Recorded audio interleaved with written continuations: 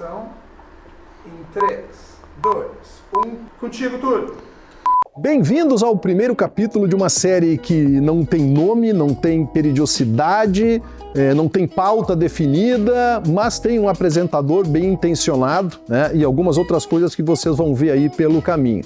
O que eu estou fazendo aqui? Depois que eu fiz uma mudança na minha carreira, né, eu tinha decidido que eu não ia mais fazer entrevista, enfim, eu estava noutra, mas me deu saudade. Saudade do quê? De conversar com pessoas legais sobre assuntos interessantes. Quando? Quando eu quiser. Não tenho compromisso com nada e com ninguém, mas vai acontecer, já está acontecendo. Mas eu tinha que escolher um primeiro entrevistado e um primeiro assunto. E aí aconteceu uma mudança muito interessante numa empresa com a qual eu tenho uma ligação muito profunda. Mesmo que eu não seja mais colaborador do Grupo RBS, vou ter uma ligação para sempre com o Grupo RBS, que anunciou uma mudança no seu quadro acionário. Continua a liderança da família Sirotsky, do Nelson, que é esse baita cara, né, que foi meu líder na empresa durante tanto tempo. Um cara que é uma referência dentro do Rio Grande do Sul, no Brasil inteiro, mas tem gente nova entrando no grupo. E essa pessoa se chama Fernando Tornaim, que foi anunciado como novo acionista do Grupo RBS. Eu vou conversar com o Fernando Tornaim, que assim, não é um cara que fala muito, ele não dá muita entrevista, mas fiquei feliz que ele concordou em conversar comigo. E para começar a nossa conversa, eu quero fazer a primeira pergunta. Tornaim, a gente vai falar sobre um monte de coisas, eu quero chegar na RBS, enfim, ter um novo papel na empresa, mas eu queria começar do começo. Como é que a comunicação entrou na tua vida? A comunicação sempre fez parte da minha vida, desde o tempo do colégio. Eu já tinha essa ideia que eu ia querer empreender dentro da comunicação. Eu acho que muito pela minha visão de como a comunicação ela pode impactar positivamente a vida das pessoas. Os profissionais que eu sempre admirei estavam relacionados à comunicação, então de alguma maneira eu sabia que era aí que eu ia empreender. O Kazuca surgiu como uma revista e virou um negócio de comunicação. Queria que tu nos contasse um pouquinho sobre a ideia, como tudo começou. Quando eu saí do colégio, passei na faculdade, eu tranquei e fui estudar fora um tempo. E nesse período que eu estudei fora, eu acabei tendo contato com uma maneira diferente de se comunicar com o público jovem, com alguns conteúdos diferentes. E aí quando eu voltei para o Brasil, me chamou muito a atenção que o mundo estava se tornando cada vez mais complexo, mais personalizado, ainda mais num país como o Brasil, tão grande, com tantos públicos jovens diferentes, e todos os principais veículos de comunicação para esse público, todas as principais marcas, tinham uma única comunicação nacional. E aí na época era a MTV, era a revista Capricho, e eu decidi que eu ia empreender dentro da comunicação para esse público, e era um público que estava ganhando na época cada vez mais visibilidade, mas as marcas ainda não sabiam direito como se comunicar, então eu entendi que tinha uma oportunidade também com esse público, mas a minha ideia foi criar algo multirregional e não nacional. E aí eu comecei com o Kazuca, que foi o meu primeiro negócio, e ele começou de uma maneira muito simples, com uma revista que era distribuída nas escolas. Depois ele acabou crescendo. Tranquilo? Quantos anos tem, cara? Eu tenho 21 agora. 21. Teve uma ideia assim, há 2 anos atrás? O Kazuca começou em 2000, em 99, passar um tempo lá nos Estados Unidos. Um dia eu tava indo pra aula, daí eu vi o pessoal distribuindo uma revista. Daí eu vi que era uma revista feita pra jovens, por gente jovem, com uma linguagem jovem. E eu pensei, que legal ter um veículo de comunicação que pudesse ser feito assim. Galera, o Patrola hoje aqui com o Kazu TV. Aqui tá o Jornal Kazuca, todas as edições. E quais são as experiências mais marcantes desse período? Eu tenho 2 histórias de tantas, né, que dá para contar. Uma foi uma das primeiras capas. Eu consegui uma entrevista com a Priscila Fantin, que na época era o principal talento da Globo, que estava na Malhação, né, que era uma das marcas também para esse público. E ela me disse, tá bem, a empresária dela, eu topo fazer a entrevista, mas eu preciso que tu envie o teu fotógrafo aqui do Rio de Janeiro. E eu não tinha nem fotógrafo em Porto Alegre, eu fazia absolutamente tudo e eu não podia perder a entrevista. Lembrei de um amigo no Rio e pedi para ele, tu vai ter que ir lá e tu vai ser o fotógrafo por um dia. E ele fazia direito e ele foi lá. Acabou a entrevista, me liga o empresário da Priscila Fantin dizendo que nunca mais era para ligar, fazer entrevista. Eu não entendi o que aconteceu, eu liguei para ele e ele me disse que tinha chegado lá com uma câmera que ele tinha em casa, a câmera tinha estragado e ele resolveu ir num posto de gasolina comprar aquelas antigas câmeras amarelas e ela não acreditou, né, que enviei um fotógrafo dessa maneira. Até hoje é uma capa com umas fotos meio estranhas, mas era como eu me virava, né.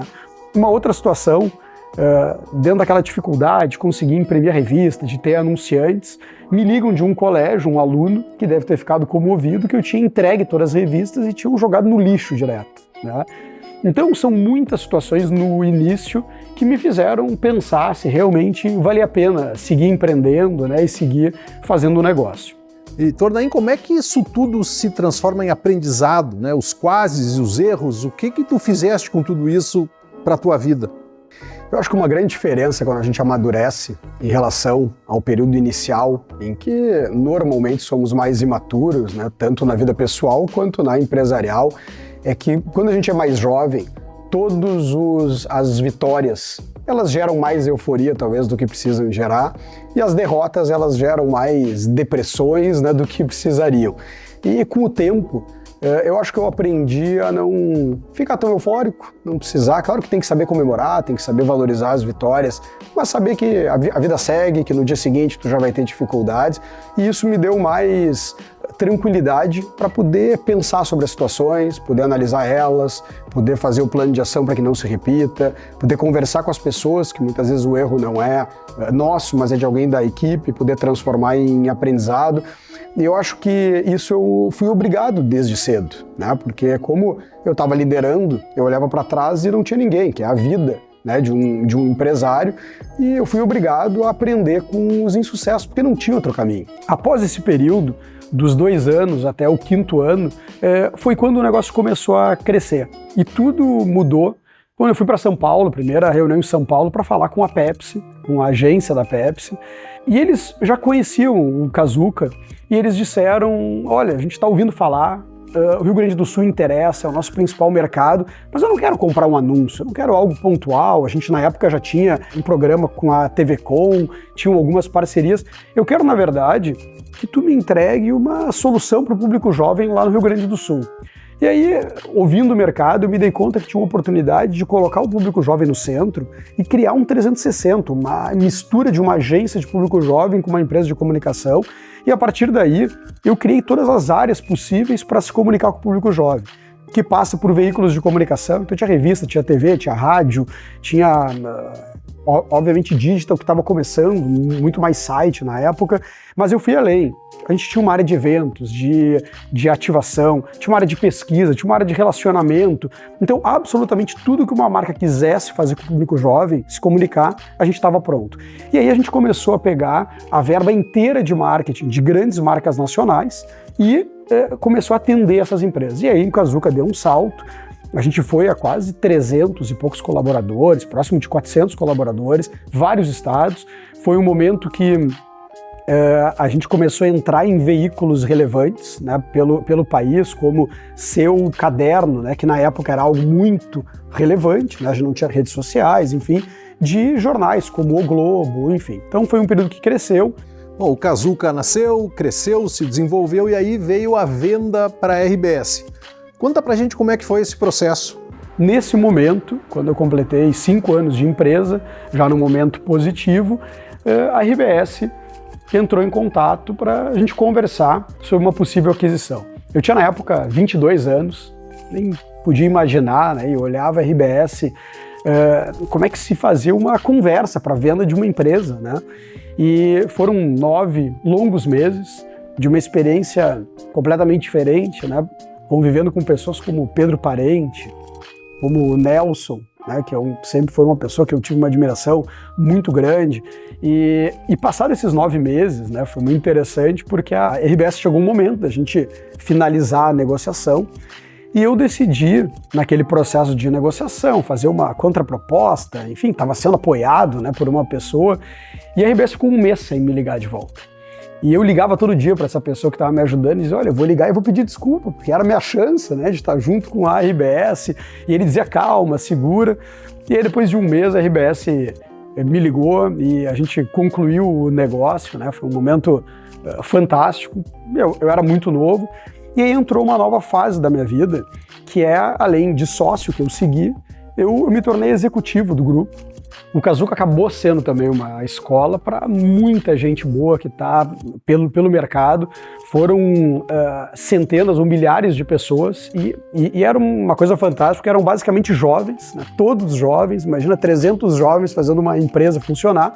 E foi uma época que pessoas como Piangers, Capu, Duda Garbi, Kelly Matos, então muita gente que hoje a gente vê, eu poderia citar tantos nomes de pessoas que estão no mercado, tiveram o seu início, o seu momento, né, de desenvolvimento inicial lá no Kazuca. Eu imagino a quantidade de histórias e de acontecimentos que acabou sendo uma parceria longa, né? Conta pra gente algumas dessas histórias, as que tu lembrares agora, assim, não é? Assim, meio de bate-pronto. Quais são as principais lembranças e memórias desse período? Tiveram duas histórias relevantes, né, que mostram o momento e como a empresa cresceu. Uma foi o prêmio que a gente recebeu da Associação Mundial de Jornais em Amsterdã como o case mais relevante de leitura jovem no mundo. Então esse foi algo muito relevante, né, e mostrou tudo que o Kazuca estava produzindo a nível Brasil. E foi um momento muito importante de buscar um equilíbrio com todo aquele feeling, motivação, energia de um empreendedor, que eu tinha essa crença, né, que isso era possível, empreender qualquer coisa baseado só nessa energia, enfim, nesse caráter empreendedor, e eu consegui equilibrar com método, com a capacidade de estruturar uma empresa. A RBS foi uma escola fantástica e foi meu primeiro momento com a RBS, né, que teve inúmeros outros capítulos, mas desde então passou a fazer parte da minha vida, né? Os valores da RBS, a cultura da RBS, as pessoas que eu pude aprender, foram meus principais professores, a minha principal escola. Tudo isso aconteceu nesse período que eu tive a oportunidade de, além de sócio, ter a minha primeira e única experiência como executivo. Foi um período que eu pude estudar fora, que eu pude me desenvolver. E uma outra história muito, muito relevante foi em 2008, eu me dei conta que só a Editora Abril tinha a revista Capricho, que dominava, e a Editora Globo não tinha nenhuma revista para o público jovem. E aí eu comecei a costurar, a organizar, de a Editora Globo ter a sua revista jovem, que seria a Kazuca. Até hoje, eu tenho revistas impressas, a gente tinha várias pessoas trabalhando dentro da Editora Globo, plano de lançamento, e aí em 2008 veio a crise nos Estados Unidos, a crise financeira nos Estados Unidos, e isso fez com que o projeto caísse. E eu estava às vésperas de lançar, seria o grande salto de se transformar num grande projeto nacional e junto com a Globo, né? Foi talvez desse período a minha grande frustração, mas também houve muitos acertos dentro desse grande projeto que foi o Kazuca. Isso foi até 2012, quando eu passei, ao sair da RBS, eu fui vendendo, né, o que o Kazuca eu ainda tinha de participação, e aí eu passei a me focar na holding de participações e investimentos que eu criei quando eu vendi o Kazuca, que é a Tornac. Pegando esse gancho da Tornac, surgimento da Tornac, se tornou uma baita empresa. Conta pra gente um pouquinho da origem da Tornac. Então, a partir de 2012, quando eu voltei a me focar na Tornac, eu organizei uma área de participações e uma área de investimentos. A área participações, o meu objetivo principal é como é que eu ia estruturar o negócio para que me permitisse empreender e entrar em vários negócios diferentes. E aí eu criei uma lógica de cada negócio ter a sua vida própria, ele poder ter a sua própria governança, a sua própria gestão, o seu próprio orçamento. Isso me permitiu, de fato, foi um momento de 2012 até agora, de criar vários negócios e alguns segmentos que eu pré-determinei, e são negócios relevantes, que continuam mexendo com a experiência das pessoas, que mexem com a emoção, são marcas que têm um símbolo de inovação. Então isso continua acontecendo e de uma maneira que me permitiu ficar na holding, que é a Tornac, com vários negócios tendo a sua vida própria. Eu acho que uma felicidade que eu tive no desenvolvimento da Tornac foi nos diferentes negócios conseguir estar próximo, né? E aqui eu acho legal poder citar, desde a Forbes, lá do Viva Open Mall, né? Do Matias e da família do Matias, a Melnick, com quem eu tenho uma sociedade, né, o Spot, a própria DC7, né, com o Embarcadeiro, e tantos sócios, né? Então, se é para arriscar, que o empreendedorismo traz isso, que eu posso arriscar do lado de pessoas como essas, né? E assim como, né, Túlio, a gente tem parceiros, sócios que a gente precisa ter os melhores possíveis e pessoas que compartilham dos mesmos valores, não é só os melhores sócios por competência, os melhores parceiros. A equipe e as pessoas que te acompanham, é elas que vão definir realmente a capacidade de ter tantos negócios, de poder fazer negócios que sejam sustentáveis, né? Eu tenho pessoas hoje como Mariane, como Pedro e tantas, centenas, milhares de pessoas que eu tive a oportunidade de trabalhar, e os momentos em que eu consegui ter pessoas não só com a competência certa, mas alinhada, com visão, com valores, foram os momentos que eu mais consegui também crescer como empresário. Esse é um foco absoluto que qualquer empresário deveria ter. A Tornac tem vários negócios e a gente ia precisar de um programa inteiro só para falar deles, mas tem um que se tornou especial para Porto Alegre, para o Brasil, que é o Cais Embarcadeiro. Demorou, mas saiu. Sobre o embarcadeiro, Túlio, eu acho que a história do embarcadeiro se confunde com o desejo dos gaúchos de décadas de poder aproveitar o seu Cais do Porto, de poder se aproximar do Guaíba, do pôr do sol, como a gente vê em tantas cidades pelo mundo em que o Cais do Porto transformou aquela cidade. A gente teve a oportunidade de ajudar a virar Porto Alegre de frente para o Guaíba. Foram muitos anos até a gente conseguir viabilizar, né? Eram décadas sem conseguir, muitas iniciativas frustradas, e a gente teve a felicidade de dar esse primeiro passo, de conseguir concretizar o embarcadeiro. Ele inicialmente estava previsto para 12 operações, Túlio, e a gente tem hoje 40 operações, né? Isso mostra o quanto a demanda foi acima do que a gente estava esperando, e a gente não recebe apenas porto-alegrenses, gaúchos que vêm de todas as partes.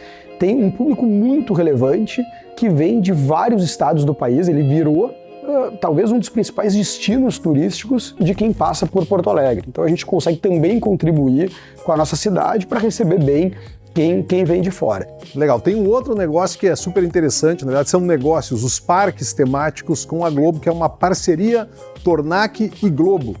Conta pra gente essa história. Em 2019, um desses negócios acabou sendo muito relevante pela dimensão dele, que foi com a Globo, que é o Globo Experience ou o G-Experience. Como eu estava criando uma série de espaços de experiência que também sempre me chamaram a atenção, né? As pessoas muitas vezes não eram fãs de uma marca, mas iam num espaço experience e saíam com uma sacola cheia de brindes, apaixonados pela marca, que há uma hora atrás elas não eram. Então sempre me chamou a atenção a força de um espaço de experiência. E aí eu me dei conta como é que a Globo, com todo o seu potencial infinito de conteúdos, de marcas, de talentos, não tinha ainda uma área de parques, assim como a gente vê grupos de comunicação pelo mundo, com áreas de parques muito relevantes, né, de espaços de experiência, enfim.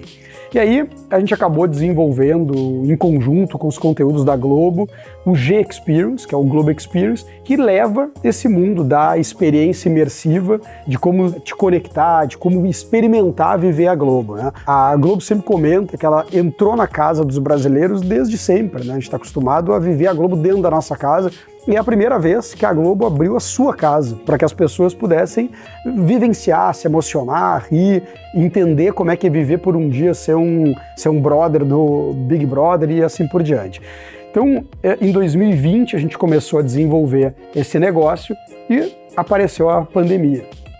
E aí, na metade de 2020, ainda com uma incerteza de como é que as coisas iam seguir, a Globo me trouxe a notícia de que o negócio não poderia avançar. E aí eu tive uma reunião com o Paulo Marinho, que é membro da família, é CEO, hoje, né, presidente do Grupo Globo, e eu tinha uma chance de, em uma reunião, poder defender porque aquele negócio e a Globo, de uma maneira legítima, no meio de uma pandemia com tantas incertezas, possivelmente não era hora de apostar em algo novo, mas eu precisava defender. E eu fiz uma reunião com o Paulo, que eu coloquei todos os meus pontos, né? E eu finalizei a reunião mostrando para ele, tinha deixado ao meu lado, aquela revista que lá em 2008 a gente quase lançou, né? Foi o meu primeiro grande sonho de ter um negócio com a Globo e que acabou. E eu brinquei com o Paulo dizendo, poxa, depois de tinham passado 12 anos, de novo não, né? A gente deixar de ter um negócio, eu chegar no quase com a Globo e eu não fazer. E ele riu, a gente passou uma semana na expectativa e a Globo voltou dizendo que ia seguir com o negócio. Foi lançado hoje em São Paulo o G-Experience, um espaço de interação com os canais e produtos da Globo. Fernando Tornaim é sócio da Tornac Holding, empresa que ajudou a idealizar e executar o projeto do G-Experience. O GEX, ele é extremamente interativo, ele é imersivo, para que as pessoas realmente possam brincar, se emocionar, mas ao mesmo tempo a gente tem um outro lado lúdico, tem um equilíbrio da tecnologia com o lado lúdico, então esse equilíbrio faz realmente o GEX um espaço único. E eu sou grato à Globo por ter mantido, né? Mesmo com aquele cenário que seria bastante fácil de entender de a Globo não evoluir, né? Mas aquela revista que eu guardei, as edições impressas, foi o que salvou o G-Experience. E o GEX, que foi lançado em 2022, ele agora está crescendo, um projeto em expansão, e ele vai se transformar num projeto nacional no momento que ele vai para outras praças, né? Então iniciou recentemente em Fortaleza, sempre com as afiliadas do Grupo Globo, e é um projeto que vai continuar tendo seu processo de expansão, e é um projeto que é da Tornac com o Grupo Globo. Tá, mas e aí, saindo de Globo e entrando na RBS, que aliás foi o assunto que motivou a minha curiosidade, porque depois de tanto tempo e tantas relações tuas com o grupo, a RBS anunciou há pouco uma mudança acionária. Tem um novo acionista na RBS, que és tu. Conta essa história pra gente. Em 2020, começa um movimento muito relevante para mim, que eu não sei dizer se é mais um capítulo da minha vida com a RBS, se é uma volta a casa, porque na verdade eu nunca deixei de ter negócios diferentes com a RBS, mesmo depois do Kazuca, e a RBS nunca saiu de mim, com os aprendizados, com os valores, com as pessoas que fizeram parte da minha vida, mas em 2020, sob uma perspectiva diferente. Num determinado dia, o Nelson Serotsky me ligou e me convidou para a gente conversar, né? E eu não imaginava sobre o que seria a conversa, mas foi uma conversa muito inicial sobre o futuro da RBS. A RBS vive e vivia em 2020 um momento muito positivo e, de alguma maneira, a gente enxergou nessa primeira conversa que tinha uma oportunidade da gente construir isso juntos. Foi uma primeira conversa com o Nelson e o Maurício, filho do Nelson, meu amigo e parceiro de uma vida, eles estavam os dois, e foi uma primeira conversa que selou essa ambição, esse sonho em criar algo junto. E em 2022, a gente anunciou o início da reestruturação societária do Grupo RBS. Logo depois, a gente criou, já como um dos primeiros movimentos, né, societários da RBS, a gente criou a RBS Ventures, que é um braço de investimentos em novas oportunidades, novos negócios do Grupo RBS, e uma série de novos caminhos para a RBS, uma série de novos projetos, uma nova visão de governança começaram a acontecer, sempre respeitando a gestão da RBS, que segue com a sua vida e muito bem gerida, né, e liderada pelo Cláudio Torrigo. E agora, em 2024, a gente anunciou a conclusão desse processo que iniciou e foi anunciado em 2022. E aí, de maneira formal, e muito honrado, né, muito feliz, emocionado, eu me transformo em sócio do Grupo RBS, sigo como vice-presidente do conselho, tendo o Nelson Serotsky como presidente, e é obviamente algo que me emociona muito e é muito representativo para mim, justamente pela história inteira do que representa a RBS, né? Há 2 décadas antes, eu estava olhando a RBS como algo que eu estava vendendo meu negócio, que eu olhava aquelas pessoas como algo muito inatingível, de outro patamar, e eu agora tendo a oportunidade de eu me tornar sócio, de poder agregar e continuar essa história fantástica de um grupo empresarial incrível. E além da minha entrada, né, toda essa conclusão da reestruturação societária vai possibilitar um reforço da presença da família Serotsky, né, que está ligada à história, ao início dessa empresa. E algo que a RBS está me oportunizando nesse novo momento é me reencontrar de uma maneira diferente com pessoas que fizeram parte, talentos fantásticos, e não só do quadro executivo, de gestão, mas de talentos que compõem a RBS, que tem um quadro fantástico de pessoas produzindo conteúdo, levando notícia no entretenimento, no esporte, no jornalismo, enfim, tantas pessoas competentes que eu tenho agora a oportunidade de conviver no dia a dia junto. Tornaim, tu tá falando e eu tô pensando na tua agenda. Pai de 3 filhos, enfim, a tua vida pessoal, atividades empresariais. Como é a organização de uma agenda como essa? Túlio, como eu comecei empreendendo, de fato, muito cedo, junto com empreender, vem uma agenda mais difícil, vem inúmeros desafios, vem um tipo de pressão e responsabilidade que é normalmente maior do que um menino de 18 anos, 19, está convivendo. Então eu também tive que aprender, desde cedo, a administrar esses dois mundos, sem que um atrapalhasse o outro. E da mesma maneira, Túlio, que eu estava te comentando sobre parceiros na vida profissional, nos empreendimentos, a principal parceira que a gente acaba buscando, tendo a felicidade, né, de encontrar ou ser encontrado, é a da vida pessoal. E eu tive essa felicidade, a minha parceira, que é a Carol, que é com quem eu construo essa vida desde 2013, né, quando a gente casou, 2006, quando a gente começou a namorar, que já nos deu 3 maravilhas, né, que é a Catarina, a Martina e o Benício, a Cata, a Titi e o Ben.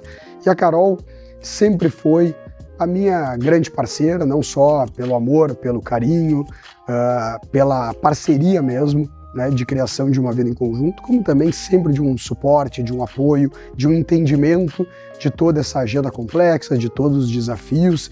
A gente tem 2 referências que são incríveis, que nos orgulham, que são dos nossos pais, né, dos 2 lados, casados há quase 50 anos e realmente referências de valores, de construção de família. Então a gente tem, na verdade, claro, dado a nossa cara, mas seguido muito do que a gente aprendeu. E falando em filhos, me veio uma história, né? Eu me lembrei, o período que a gente estava negociando lá com a RBS, e alguns momentos nos pegaram, tinha um feriado, eu acho que era ou algum sábado, enfim, em que no meio desse período, desses 3 anos que a gente ficou praticamente negociando, nasceram 3 filhos, o meu filho, o do Maurício, e nasceu o filho do Juliano Pereira, que foi o nosso grande parceiro para ajudar toda essa orquestração que a gente fez, né, decidiu, e nasceu o filho dos 3. E a gente estava trabalhando num sábado, não era o tempo inteiro, mas aconteceu, e a gente acabou, em determinado momento, vendo que os 3 estavam com os filhos no colo, recém-nascido. E a gente deu um print, que é uma foto muito marcante assim, do que a gente viveu nesse período. O movimento acionário está super claro para mim, mas eu queria entender um pouquinho melhor qual vai ser o teu papel no Grupo RBS. O meu envolvimento, além de acionista, ele acontece através da governança. Então eu sou vice-presidente do conselho, que eu ocupo esse cargo desde 2022, sigo na vice-presidência do conselho, e só que nesse momento nós vamos aproximar mais a governança da gestão da empresa. Os sócios e a governança querem poder ajudar mais, né? E isso está se estruturando nesse momento, mas a minha participação é através da governança da empresa. A gente tem uma perspectiva fantástica de crescimento, né? Os veículos do Grupo RBS seguem com audiências batendo recorde, a gente segue com uma empresa crescendo, porque a RBS tem algo que tem muito valor, ainda mais num mundo que cada vez tem mais barulho, tem mais informação, que é credibilidade.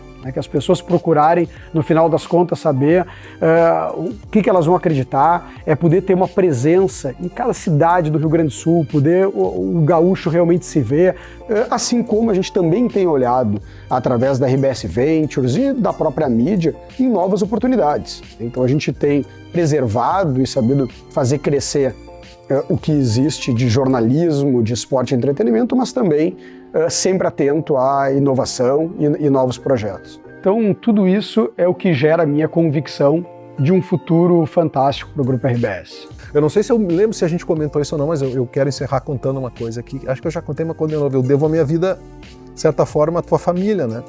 O teu avô apresentou meu pai para minha mãe, né? É mesmo. O teu avô apresentou meu pai. Então, de certa forma, eu existo por causa da tua família. Nada melhor do que começar um projeto novo dessa forma. Obrigadão. Obrigado, filho.